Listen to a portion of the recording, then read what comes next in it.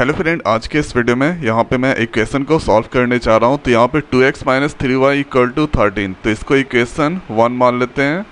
और 7x minus 2y equal to 20, तो इसको इक्वेशन 2 मान लेते हैं। तो इस इक्वेशन को हम दो तरीके से सॉल्व कर सकते हैं, एलिमिनेट मेथड और सब्स्टिट्यूट मेथड।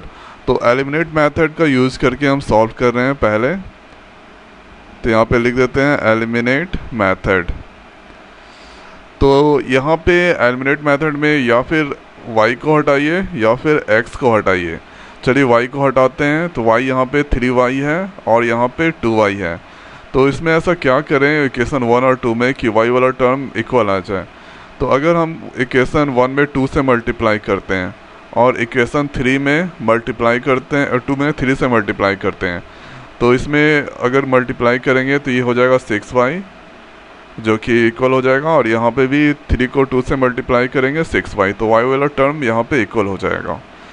तो यहाँ पे मल्टीप्लाई करना है इक्वेशन 1 में 2 से और इक्वेशन 2 में 3 से।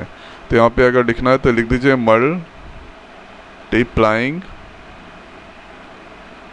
1 विथ 2 एंड 2 विथ 3। इतना लिखने के बाद यहाँ पे मल्टीप्लाई कर रहे हैं, तो यहाँ पे पहले इक्वेशन लिखते हैं 2x माइनस 3y और यहाँ पे 2 कर देते हैं इक्वल टू 2 इंटू 13। तो ये हो जाएगा 4x। उसके बाद 3 इंटू 2 6y इक्वल टू 26। ये जो नया इक्वेशन आया इसको हम थर्ड मान लेते हैं। अब यहाँ वाला टर्म, तो यहाँ पे अगला जो है 7x minus 2y equal to 20। तो 3 से मल्टीप्लाई करना है, इसको भी 3 से मल्टीप्लाई करना है। 7 टू 3 होता है 21, ये एक बार इसके साथ फिर यहाँ पे इसके साथ। उसके बाद 3 इंटू 2 यहाँ पे 6y और 20 इंटू 3 होता है 60। तो इसको इक्वेशन 4 मान लेते हैं। अब सिंपल इक्वेशन देखिए 6y यहाँ पे आ गया। तो अब सिंपल इक्वेशन और 3 और 2 को सब्ट्रैक्ट कर दीजिए। तो यहाँ पे लिखिए सब ट्रैक्टिंग इक्वेशन 3 एंड 4।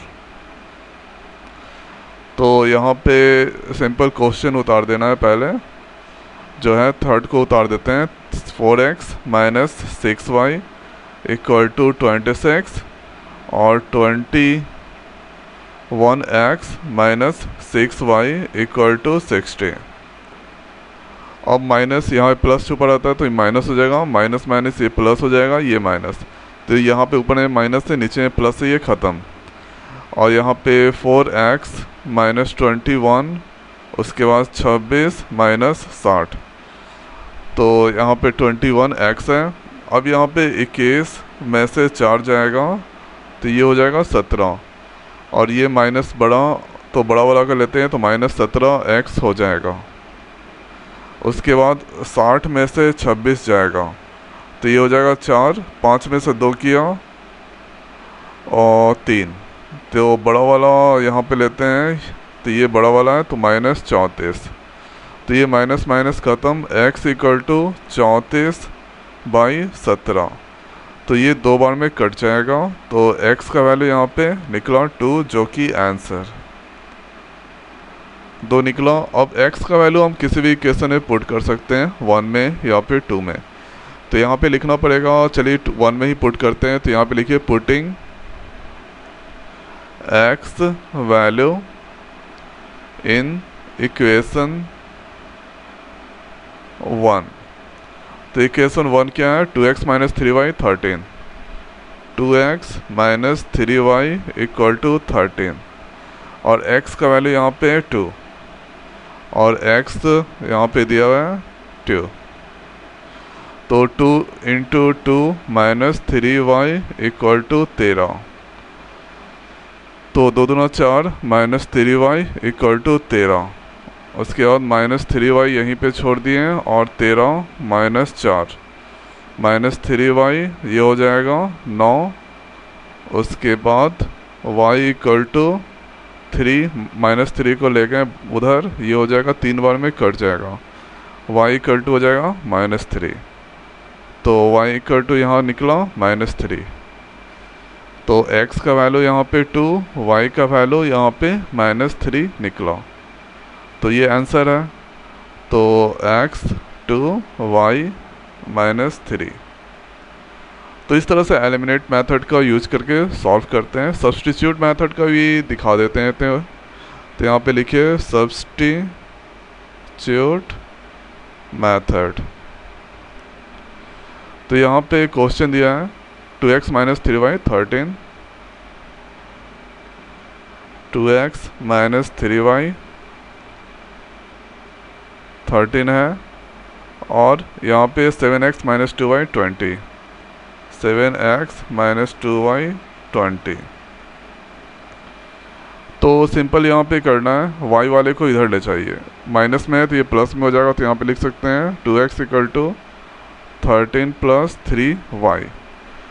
उसके बाद यहाँ पे हम और लिख सकते हैं और x इक्वल टू 3y + 13/2। अब x का वैल्यू, इसको इक्वेशन 1 मान लेते हैं। x का वैल्यू जो भी है 2 में आप पुट कर दीजिए। तो यहाँ पे लिखिए पुटिंग x वैल्यू इन 2। तो यहाँ पे 7x की जगह है 3y + 13/2 - 2y = 20। अब इसको हम सॉल्व करेंगे तो आसानी से यहाँ पे निकल जाएगा y का वैल्यू। तो 7 × 3 ये जो है, और 7 दोनों में मल्टीप्लाई होगा इससे इससे। तो ये 7 × 3 21y। उसके बाद 7 × 13 91। उसके बाद यहाँ पे 2। उसके बाद 2y = 20। अब यहाँ पे 2 और 1 का एलसीएम 2 लेते हैं, ये हो जाएगा 21y + 91। उसके बाद 2 दूना 4y। उसके बाद 20।